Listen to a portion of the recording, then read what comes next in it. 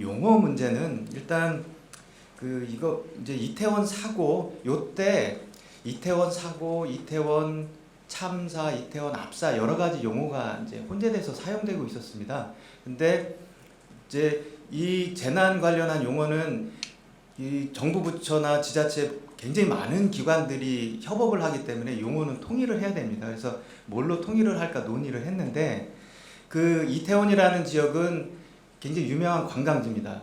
우리 내국인도 많이 가지만 외국에서도 많이 찾아오는 관광지입니다. 그래서 그런 지명 뒤에 이제 참사, 압사라는 용어를 쓰면 그 지역 이미지에 굉장히 좀 부정적인 이제 이미지를 각인시켜준다. 그러면 가장 그걸로 인한 피해는 거기서 이제 생계를 유지하는 그 자영업자한테 갈 것이다. 그래서 압사나 그러니까 압사, 참사 이렇게 하면 이제 그곳은 굉장히 좀 위험한 곳인가 보다라고 해서 관광객들이 가길 꺼려하는 이제 그런 효과를 줄 수 있기 때문에 저희가 그러면 가능하면 이태원 사고로 하자라고 이제 합의를 봤는데 이런 의견까지 있었습니다. 아예 지명을 좀 빼자.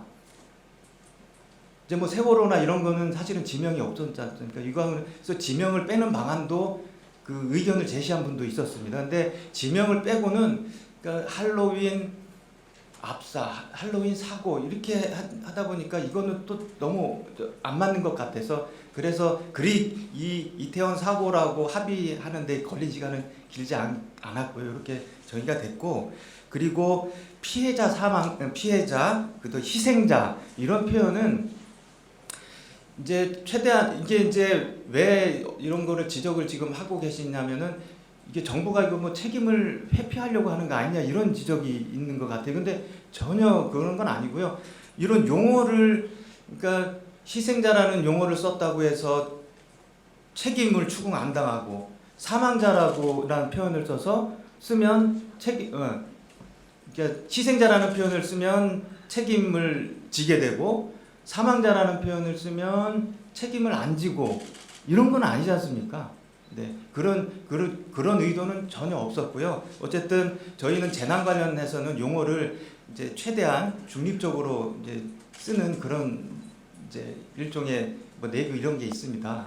그래서 그런 것이었고요. 정부가 뭐 책임을 회피하려고 했던 의도는 전혀 없었습니다. 그리고 요거를 뭐 다른 이제 희생자 뭐 이런 표현을 써도 됩니다. 저희는 이거를 권고한 거고요. 예, 얼마든지 쓸 수 있습니다. 네. 그리고 뭐 이제 일반 국민이나 언론에서는 대부분 뭐 참사, 압사 이런 표현을 또 쓰고 계시고요. 참사가 아니라 사고라 해라. 희생자가 아니라 사망자라 해라. 거기에 더해서 영정사진 붙이지 마라. 위패 생략해라. 지금 희생자와 부상자들이 또 그 가족들이 울부짖는 이 와중에 이게 무슨 큰 일이라고 공문에다 써서 전국의 지방정부와 공공기관에 지시를 합니까? 이거는 어떻게든지 국민들의 분노를 줄이고 자신들의 책임을 경감하기 위한 꼼수입니다. 참사, 비참하고 끔찍한 일이지만 불의의 사고, 미처 생각하지 않았던 사고였다는 겁니다. 사회적 참사라는 생각은 없었던 듯하죠. 불의의 사고인데 어떻게 하느냐 하는 그런 생각들을 하는 것 같은데 어떤 일이 있든지 정부에 책임지는 사람들은 어떤 일이 있든지 이게 책임을 져야 됩니다. 책임을 지는 마음이 돼야지 이건 너무 이렇게 간단하게 생각하는 것 같아요. 사회적 참사에 따른 희생자냐, 사고로 발생한 사망자냐, 논란은 국가인권위원회 국정감사장으로도 옮겨 붙었습니다. 비참한 사고라고 생각을 하면 그걸 줄여서 얘기하면 참사가 된다고 생각을 하고요.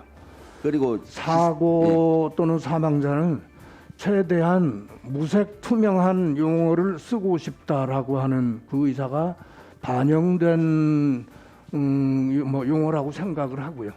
거기에 우리가 이제 느끼는 뭐 감성, 어떤 평가 이런 것을 가미한 표현은 뭐 참사 또는 희생자 이런 표현이 희생자분들의 인권도 중요하고 다치신 분들의 인권도 중요하고 그걸 지켜야 하는 것이 인권위원회잖아요. 네. 그러니까 분향소 명칭부터 이태원 참사 희생자 정부 분향소가 맞는 겁니다.